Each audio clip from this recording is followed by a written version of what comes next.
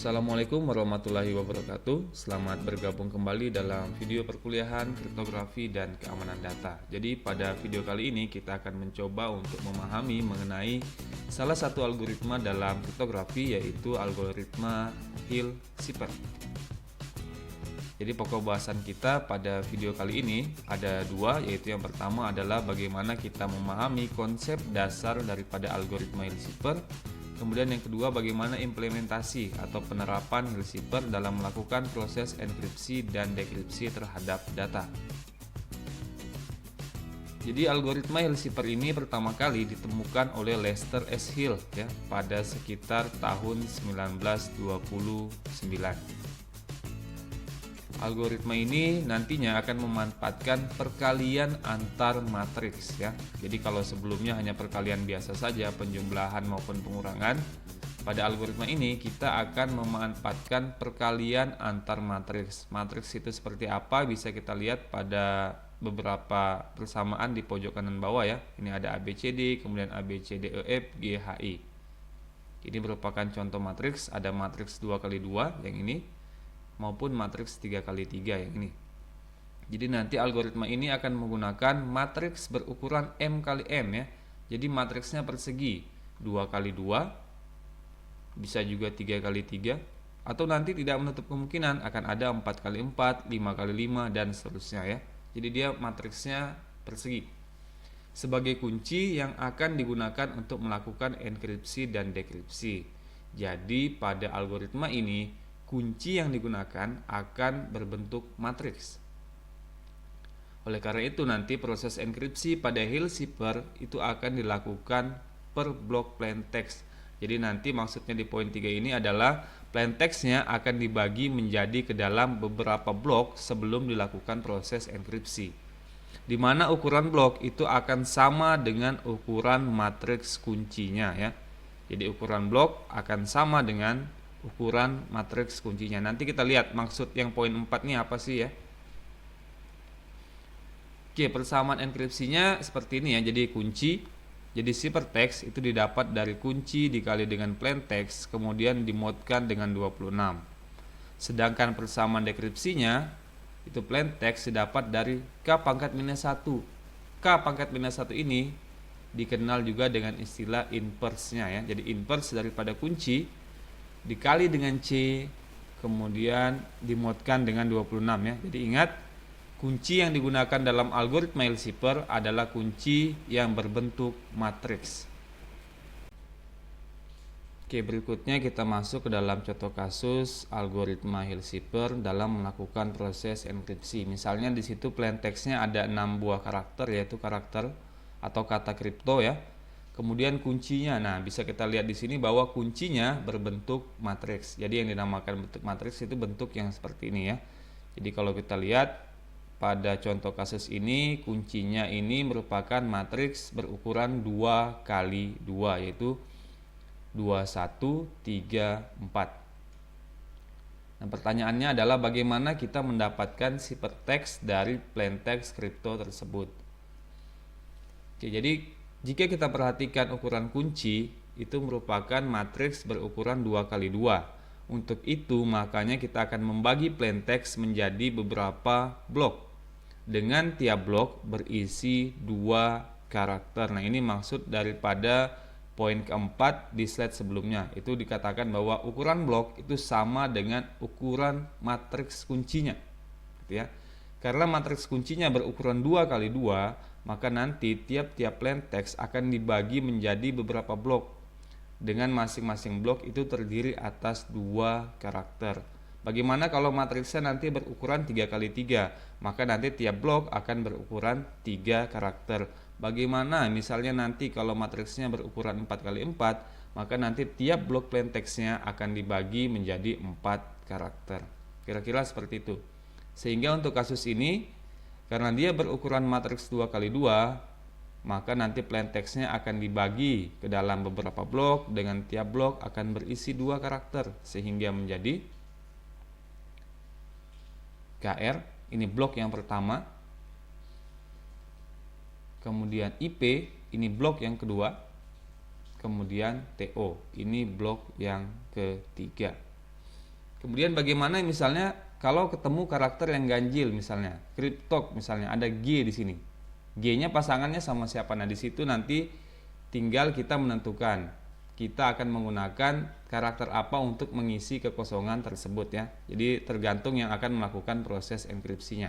Baik, setelah plain text-nya kita bagi ke dalam beberapa blok sesuai dengan ukuran matriks kunci, maka langkah berikutnya adalah kita konversi ya karakter-karakter plain text tiap-tiap blok tersebut ke dalam angka, atau dengan kata lain kita menentukan indeks untuk tiap-tiap karakter yang ada di blok ya. Misalnya nih karakter K ini indeks keberapa ya. Jadi seperti biasa kita menggunakan tabel karakter yang berjumlah 26 karakter, di mana A itu sama dengan 0 hingga Z sama dengan 25. Jadi kita konversi dia atau tentukan indeksnya. Misalnya huruf K. Huruf K di sini bisa dilihat indeksnya 10, R itu 17, I itu 8, P itu 15, T itu 19, sedangkan O itu 14 ya. Jadi kripto indeksnya nanti adalah 10, 17, 8, 15, 19, dan 14. Oke, setelah indeksnya kita dapat, maka langkah berikutnya adalah kita tinggal masukkan ke dalam persamaan enkripsi ya. Itu dengan melakukan perkalian matriks antara kunci dengan blok plain text. Tadi ingat kuncinya adalah matriks 2 kali 2, 2, 1, 3, 4. Kemudian yang pertama adalah kita kalikan dengan blok yang pertama ya, blok KR tadi dengan indeks 10 dan 17. Nah, cara perkaliannya dia menggunakan perkalian matriks, yaitu 2 kali 10 itu didapat dari ini dikalikan dengan ini ya. 2 kali 10 ditambah dengan 1 kali 17. Jadi itu 2 dari sini. Itu akan dikalikan dengan 10 ya, atau 2 kali 10. Kemudian akan ditambah dengan 1 kali 17. Oke. Kemudian untuk barisan atau lapisan yang di bawahnya itu adalah 3 dikali dengan 10 lagi. Kemudian ditambah 4 dikali dengan 17 ya. Jadi silakan rekan-rekan coba memahami kembali ya bagaimana prinsip dasar daripada perkalian matriks.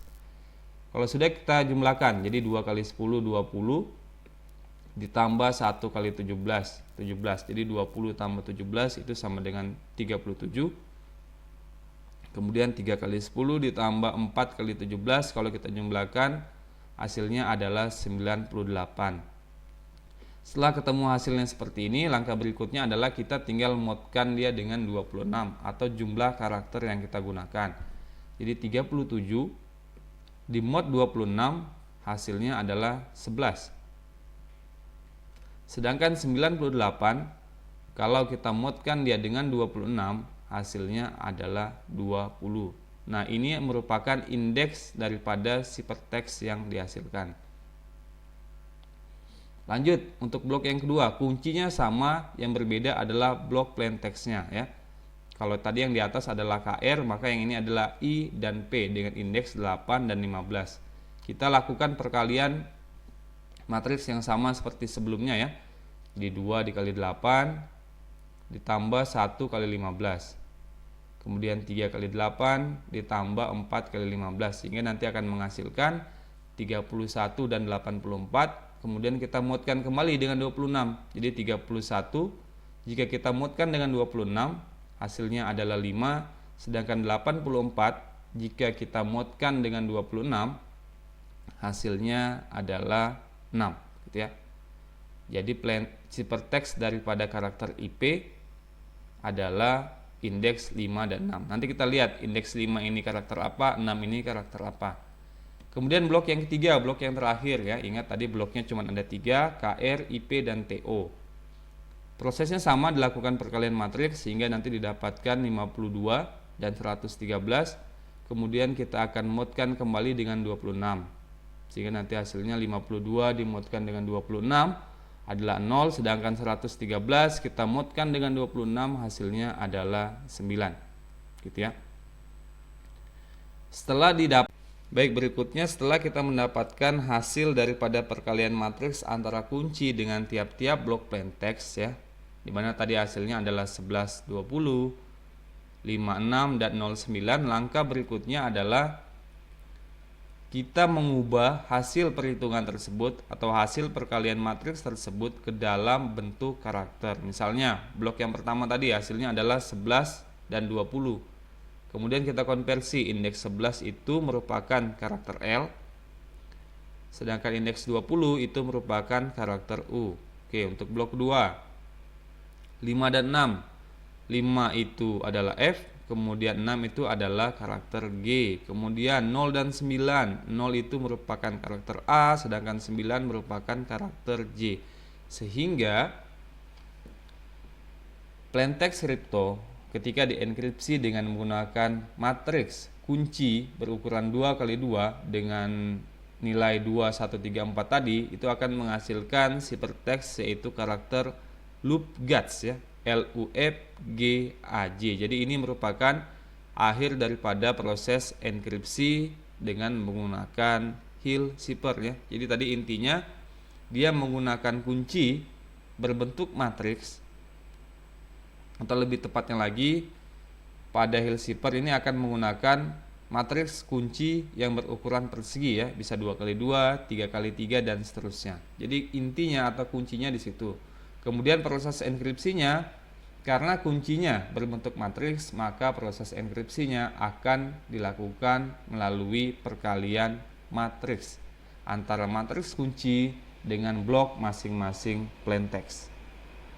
Baik, berikutnya ini terdapat 2 buah contoh kasus ya yang bisa teman-teman kerjakan, yaitu contoh kasus terkait dengan proses enkripsi menggunakan algoritma Hill cipher. Misalnya di situ pada soal pertama ada plaintextnya Hill cipher tidak sulit dengan menggunakan kunci berupa matriks 2x2 dengan nilai 5, 6, 2 dan 3. Kemudian di soal kedua di situ bisa dilihat plaintextnya adalah saya pusing dengan kunci 5, 8, 17 dan 3 ya. Jadi silakan dicoba untuk dikerjakan.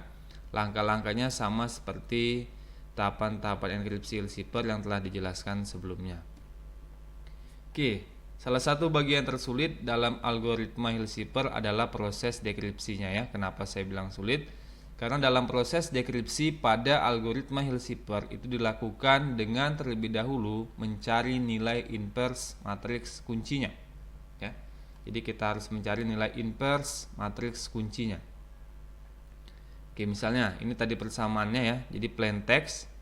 Jadi persamaan proses dekripsi atau plaintextnya nanti akan didapat dari K pangkat minus 1. K pangkat minus 1 ini juga dikenal dengan istilah inverse dari matriks kuncinya. Dikalikan dengan ciphertext, kemudian hasilnya nanti akan dimodkan dengan 26 atau jumlah karakter yang kita gunakan. Oke, misalnya kita langsung ke contoh. Tadi diketahui ciphertextnya adalah LUFGAJ ya, LUFGAJ. Oke, kemudian key yang kita gunakan adalah matriks kunci berukuran 2x2 dengan nilai 2, 1, 3 dan 4. Pertanyaannya adalah jika ciphertext ini didekripsi dengan menggunakan kunci yang ini, plaintext apakah yang akan dihasilkan gitu ya. Oke, jadi langkah pertama dalam proses dekripsi pada Hill cipher adalah kita menghitung nilai determinan dari matriks kunci ya. Jadi hati-hati, yang pertama adalah menghitung nilai determinan dari matriks kunci. Nilai determinan itu yang seperti apa? Misalnya begini ya. Det K, determinan K atau determinan matriks kunci ya, di sini ada nilai A, B, C dan D, di mana tadi sudah diketahui bahwa kuncinya adalah bernilai 2, 1, 3 dan 4. Jadi langkah pertama adalah kita mencari nilai determinan dari matriks kunci dengan nilai 2, 1, 3 dan 4. Caranya bagaimana? Caranya seperti ini ya. Jadi untuk mencari nilai determinan dari matriks berukuran 2x2 itu didapat dari A kali D. Sini ya, A kali D. Jadi bisa diperhatikan di sini A, B, C dan D. Jadi A kali D dikurang dengan B kali C. B kali C. Ya. Jadi A itu yang mana? A-nya di sini adalah 2, angka 2. Kemudian dikalikan dengan D. D-nya di sini adalah angka 4. Sini ya. Sedangkan B-nya adalah angka 1. Kemudian dikali dengan C. C-nya di sini adalah angka 3. Sehingga nanti didapat A kali D 2 kali 4 itu adalah 8. Kemudian dikurangi dengan B kali C. B kali C ini adalah 1 dikali dengan 3. Sehingga nanti hasilnya adalah 8 dikurang dengan 3. 8 dikurang dengan 3 itu akan menghasilkan nilai 5 ya. Jadi nilai determinan dari matriks kunci yang sudah ditentukan adalah sebesar 5 ya. Jadi mencari nilai determinan dari matriks kunci berukuran 2 kali 2 itu didapat dari A kali D dikurangi dengan B dikali dengan C ya. A kali D dikurangi dengan B kali C. Oke, nilai determinannya kita sudah dapat. Berikutnya kita menghitung invers matriks kuncinya ya. Jadi langkah pertama kita menghitung nilai determinan, yang kedua kita akan menghitung nilai invers matriks kuncinya dengan rumus seperti ini ya. Jadi invers matriks kunci didapat dari 1 per determinan kuncinya ya. Kemudian dikali dengan mod 26. Nah, kemudian dikali dengan matriks seperti ini ya. D, jadi ditukar nih posisinya. Kalau tadi pada contoh yang di atas A-nya di awal, sekarang D-nya di awal. Kemudian min B, B-nya ditambahkan dengan minus, C-nya ditambahkan dengan minus, kemudian A, gitu ya. Jadi mencari invers matriks kunci didapat dengan rumus yang ini. Nah, tadi determinan K-nya kita sudah dapat ya, nilainya 5. Sehingga bisa kita tulis seperti ini. 1/5. 5 ini dari mana? 5 ini merupakan nilai dari determinan ya, yang di sini didapat dari yang ini mod 26. Kemudian tinggal masukkan nilainya. Yang D tadi yang mana? Yang D yang 4. Yang B 1 tinggal tambah minus jadi minus 1. Yang C tinggal tambah minus jadi minus 3. Yang A ditukar 2 pindah ke bawah. Jadinya seperti ini. 4 minus 1 minus 3 dan 2 gitu ya. Oke, kemudian berikutnya. Oke, langkah berikutnya adalah kita ingin mencari berapa nilai dari 1/5 di mod dengan 26 ya. Jadi sebelum kita kalikan dia ke dalam matriks ini, kita harus cari dulu ya, berapa nilai dari 1/5 dimodkan dengan 26 gitu ya. Jadi nanti hasil dari mod ini barulah kita kali ke dalam matriks ini.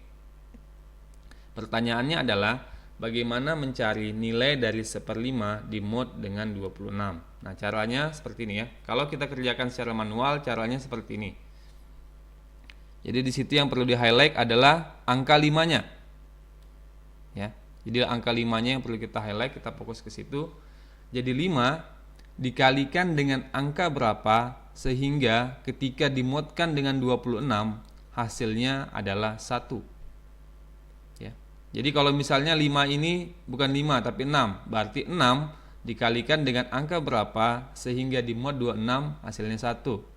Kalau dia 7 dikalikan dengan angka berapa sehingga ketika di mod 26 hasilnya 1 ya.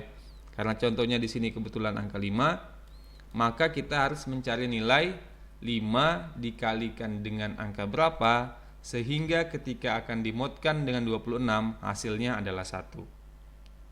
Solusinya bagaimana? Kalau kita kerjakan secara manual, maka kita pakai sistem uji coba ya, trial error gitu ya. Misalnya begini.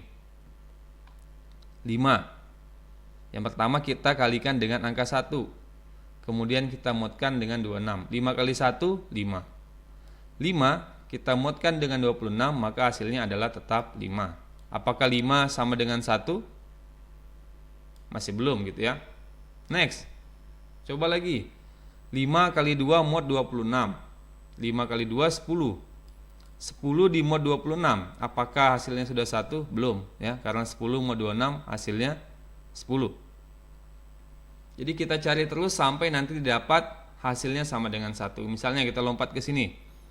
5 dikali 8. 5 dikali 8 di mod 26 sama dengan 40 mod 26. hasilnya 14, masih bukan 1. Kita cari terus sampai hasilnya 1. 5 kali 9 misalnya 45, 45 di mod 26 hasilnya 19, masih bukan 1. Bagaimana dengan 10? 5 kali 10, 50, dimodkan 26 hasilnya 24, masih bukan ya. Jadi ini bukan ya, ini bukan, dan bukan. Oke, misalnya di sini saya lompat lagi ke angka 21. Jadi 5 ketika kita kalikan dengan angka 21, maka hasilnya adalah 105. 105 ini ketika kita modkan dengan 26, maka akan dihasilkan angka 1 ya, sehingga perulangannya berhenti. Karena kita sudah dapat hasilnya ya. Hasil dari pertanyaan yang ini. 5 dikalikan dengan berapa sehingga ketika di mod 26 itu sama dengan 1.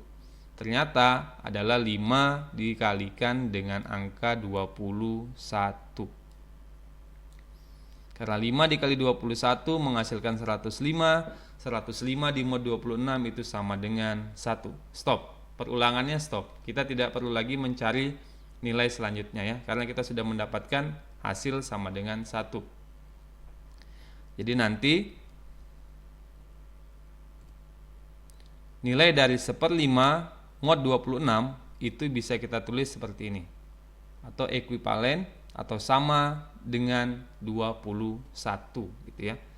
Jadi nilai dari 1/5 di mod 26 itu sama dengan 21. Langkah berikutnya kita tinggal mengalihkan angka 21 ini ke dalam matriks ini ya. Jadi kita kali satu-satu.